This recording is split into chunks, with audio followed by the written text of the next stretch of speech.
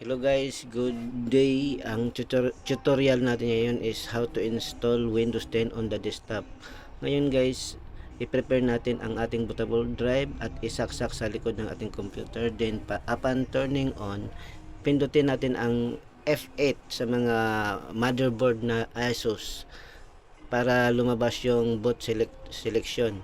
Ngayon, i-boot natin siya sa ating USB plus drive, which is yung bootable drive. So, para mag-boot siya doon sa ating installer. Ngayon, hintayin natin ang pag-boot niya. Ayan. Then, follow instructions lang. Then, agree.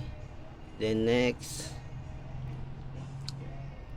Then, punta ka doon sa partition. I-delete mo lahat ng mga partition para ma-clean ang pag-installation mo. Parang clean talaga.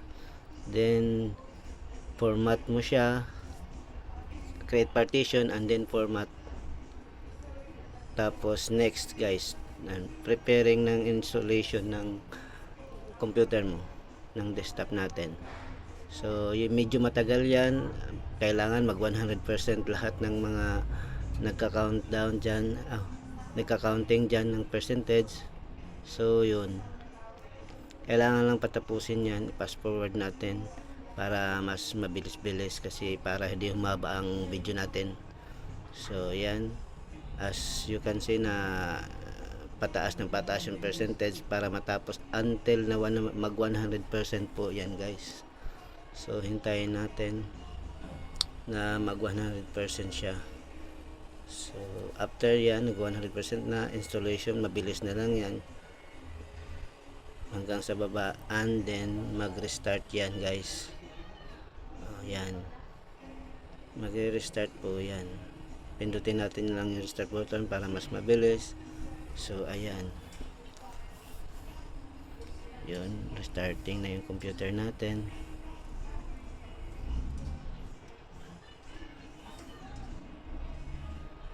Hintayin lang po natin, may mga additional settings pa na gagawin natin, like region at saka keyboard settings. So ang i-set up lang natin is yung region. Yung keyboard layout is by default is US keyboard na lang yung pipiliin natin. Yun yung default, di na natin babaguhin yun. So yun,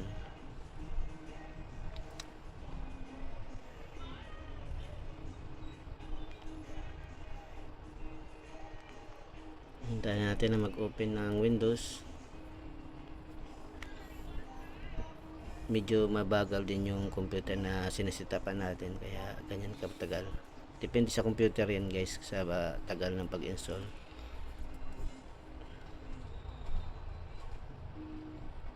So ayan, nag-open na.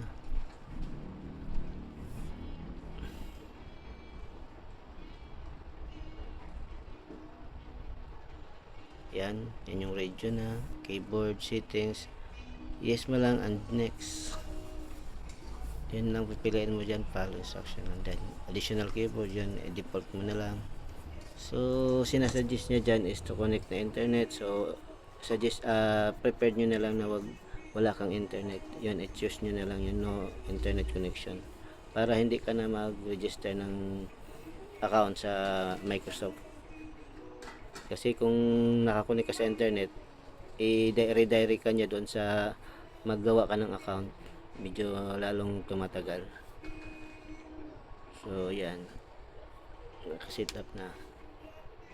Hintayin na lang natin na mag-open at saka okay na yan. So pagka nagustuhan nyo guys yung tutorial natin, huwag nyo kalimutan mag-like and follow para lalo pa tayong ma-inspired sa paggawa ng mga ganitong video tutorial. So sana magustuhan nyo yung video natin. Yan, gawan nyo ng username, gawan nyo ng username dyan para kahit anong username ilagay nyo po. Tapos default nyo na lang yung mga setup na iba. Tapos next. So yun lang.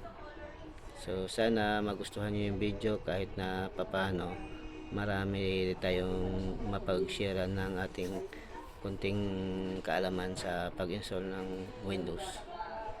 So sana marami pang